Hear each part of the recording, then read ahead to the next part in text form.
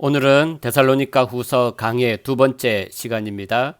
본문의 말씀은 데살로니가 후서 1장 5절에서 12절까지 하나님의 말씀입니다. 이는 하나님의 공의로운 심판의 표요 너희로 하여금 하나님의 나라에 합당한 자로 여김을 받게 하려 함이니 그 나라를 위하여 너희가 또한 고난을 받느니라.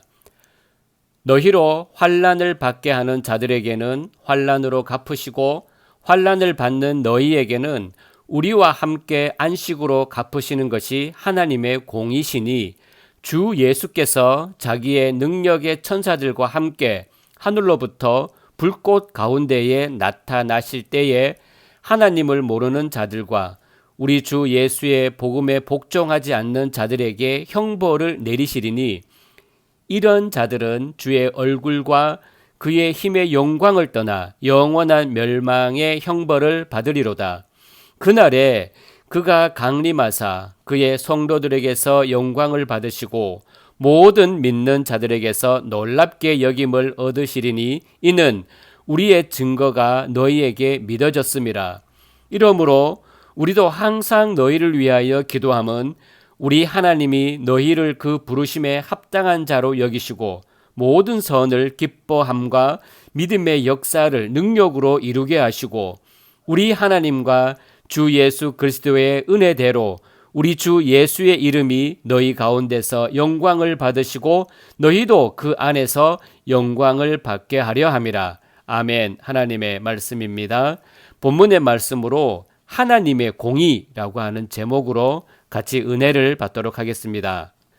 데살로니가 교회에는 그리스도를 믿는 믿음으로 극심한 환난과 핍박이 있었습니다. 하박국 선지자의 말처럼 의인이 고통을 받고 악인이 형통하고 있는 것입니다. 하나님을 찾는 사람들은 하나님이 함께 하셔서 편안하고 형통한 인생을 살기를 원합니다. 그러나 이러한 기대와는 달리 고통과 어려움에서 벗어나지 못한 삶이 계속된다면 우리는 하나님의 함께 하심을 부정하고 싶은 마음이 들 것입니다. 하나님이 함께 하신다면 어떻게 이럴 수가 있는가라는 생각이 우리의 믿음을 흔들고 있기 때문입니다. 그런데 사도 바울은 데살로니가 교회로 인해 하나님께 감사합니다. 이유는 핍박과 환난이 계속되고 있음에도 불구하고 믿음이 자라고 사랑이 풍성했기 때문입니다. 사도는 그것을 하나님이 함께 하시고 교회에 역사하신 결과로 보고 있습니다. 이처럼 하나님의 함께 하심은 우리의 생각이나 기대와는 다르게 세상에 역사하고 계십니다. 하나님은 왜 교회에 핍박과 환난이 있게 하시는 것일까요? 본문의 말씀 1장 7절의 말씀입니다. 환난을 받는 너희에게는 우리와 함께 안식으로 갚으시는 것이 하나님의 공이시니 주 예수께서 자기의 능력의 천사들과 함께 하늘로부터 불꽃 가운데에 나타나실 때에 사도는 장차 주께서 세상에 나타나실 때 환난을 받는 신자에게 안식으로 갚으시는 것이 하나님의 공의라고 말씀합니다. 이 말대로 한다면 마지막 때에 하나님의 공의를 나타내기 위해 교회에 환난과 핍박이 있게 하신다는 뜻이 됩니다. 그렇다면 환난과 핍박은 복음의 길을 가는 믿음의 사람에게는 당연한 길일 수밖에 없습니다. 왜냐하면 하나님의 뜻은 신자에게 환난의 길을 가게 하심으로써 마지막 때 세상에 하나님의 공의를 나타내시는 것이기 때문입니다. 믿음을 편안한 삶을 누리려는 방편으로 여기는 사람들에게 이 같은 말은 관심 밖의 말로 들릴 것입니다. 하지만 믿음을 편안한 삶의 방편으로 여기는 것 자체가 복음을 거부하는 것이고 복음은 이런 사람들에게 핍박을 받게 하는 것입니다. 사람들은 세상에서의 안식을 원합니다. 하나님을 부르며 구하는 것도 세상에서의 안식입니다. 세상에서 안식을 누리다가 죽어서도 천국 가서 안식을 누리고 싶어 합니다. 하지만 사도가 말한 하나님은 환난을 받은 자에게 안식으로 갚으시는 분입니다. 이것이 마지막 때 나타날 하나님의 공의입니다. 지금의 기독교인들에게 예수님의 재림은 그렇게 큰 비중을 차지하고 있는 것 같지 않습니다. 또한 현실적으로도 받아들이지도 않습니다. 이런 사람들에게 하나님의 공의는 신자는 형통하고 신자가 아닌 사람은 힘들게 사는 것이 당연할 것입니다. 죄인은 벌을 받고 의인은 상을 받는 것이 마땅한 것으로 여깁니다. 하지만 하나님의 공의는 그런 방식으로 이루어지고 있지 않다는 것이 오늘의 현실입니다. 세상을 보면 하나님의 공의는 상실되고 없는 것처럼 보입니다. 하나님도 계시지 않은 것처럼 여겨집니다. 모든 것이 뒤죽박죽된 것처럼 보입니다. 잘 살고 못 사는 원칙과 기준이 없습니다. 착한 사람이 잘 살고 악한 사람이 벌 받는 원칙도 아닙니다. 이런 세상을 보면서 하나님의 공의를 말한다는 것이 기독교인들에게 납득이 안 가는 것입니다. 하지만 하나님의 공의는 우리의 생각과는 다르게 나타납니다. 그것이 사도가 말한 대로 예수님이 재림하시는 그때 환난 가운데 있던 믿음의 사람들에게 안식으로 갚아주시는 것입니다. 반대로 복음을 거부하는 것으로 믿음의 사람을 핍박했던 자들은 영원한 고통으로 갚으실 것입니다. 이것이 하나님의 공의입니다. 그래서 신자는 핍박과 환난을 받는다고 해서 이상하게 여기지 않아도 됩니다. 세상은 복음을 거부하게 되어 있고 예수님이 아니라 자기의 힘을 믿고 살기 때문입니다. 이런 세상에 복음을 던졌을 때 환영받을 거라고 생각하는 것이 오히려 어리석은 것이 됩니다. 오늘날 한국 교회의 신앙과 자신의 신앙의 실력을 확인하려면 현재 궁극적인 관심이 어디에 있는가를 보면 됩니다. 아마 자기 일에 모든 관심을 두고 산다고 해도 과언이 아닐 것입니다. 외적인 열정을 본다면 예수님을 향한 믿음인 것처럼 보이지만 실상은 자기 자신에게 몰입하고 있을 뿐입니다.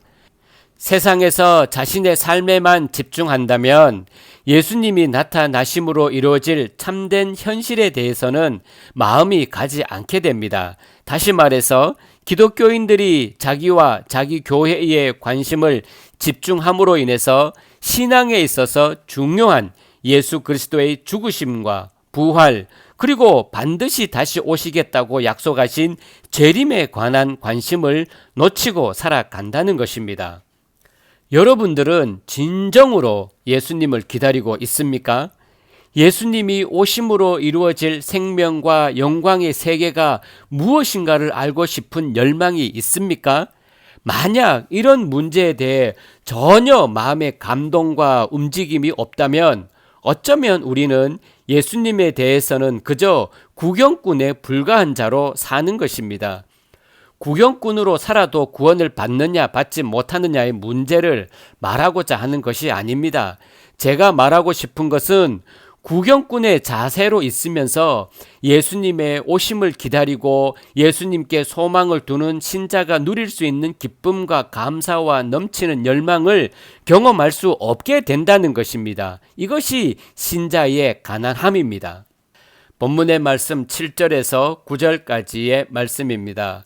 환난을 받는 너희에게는 우리와 함께 안식으로 갚으시는 것이 하나님의 공이시니 주 예수께서 자기의 능력의 천사들과 함께 하늘로부터 불꽃 가운데에 나타나실 때에 하나님을 모르는 자들과 우리 주 예수의 복음에 복종하지 않은 자들에게 형벌을 내리시리니 이런 자들은 주의 얼굴과 그의 힘의 영광을 떠나 영원한 멸망의 형벌을 받으리로다.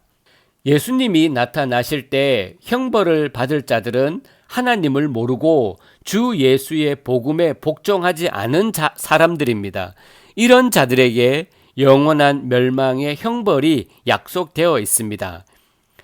신자가 하나님의 말씀에서 하나님이 이루실 참된 현실을 바라보면서 덤덤할 수가 없습니다. 분명히 이루어질 일임을 믿는다면 하나님을 모르는 것이 무엇일까? 복음에 복종하지 않는다는 것은 무엇일까? 이러한 문제에 대해 알고 싶은 마음이 있어야 한다는 것입니다. 영원한 멸망의 형벌이 예수님이 오셨을 때 하나님이 이루실 종말론적 사건임을 믿는다면 이런 마음은 신자로서 당연한 반응입니다. 하나님을 모른다는 것이나 복음에 복종하지 않는다는 것은 우리가 말하는 불신자만을 의미하는 것이 아닙니다. 중요한 것은 스스로 하나님을 알고 복음에 복종한다고 여기는 우리까지 포함입니다. 유대인들이 하나님을 알았다고 하지만 실상은 몰랐던 사람들이고, 하나님의 말씀에 복종한다고 하지만 복종하지 않았던 것처럼, 그런데도 그 같은 자신들의 실체를 까맣게 몰랐던 것처럼 우리도 그럴 수 있는 것입니다. 우리가 혹시 그렇게 살고 있지 않은지 참 두렵습니다. 하나님을 알고 복음에 복종하는 것은 내가 부인된 자로 십자가 앞에 서는 것입니다. 십자가 앞에 섰을 때 우리는 나의 죽음을 보게 됩니다. 죽은 자에게서 나올 것은 아무것도 없습니다. 스스로 할 수 있는 것이 없습니다. 이것을 깨닫고 예수님이 흘리신 피의 공로를 의지하고 감사하는 것이 복음에 복종하는 것입니다. 다시 말해서 하나님의 공의는 예수님의 피가 있는 자에게는 안식으로 갚으시고, 피가 없는 자는 영원한 멸망의 형벌로 갚으신다는 것입니다. 여러분들, 이 공의는 반드시 이루어질 것입니다.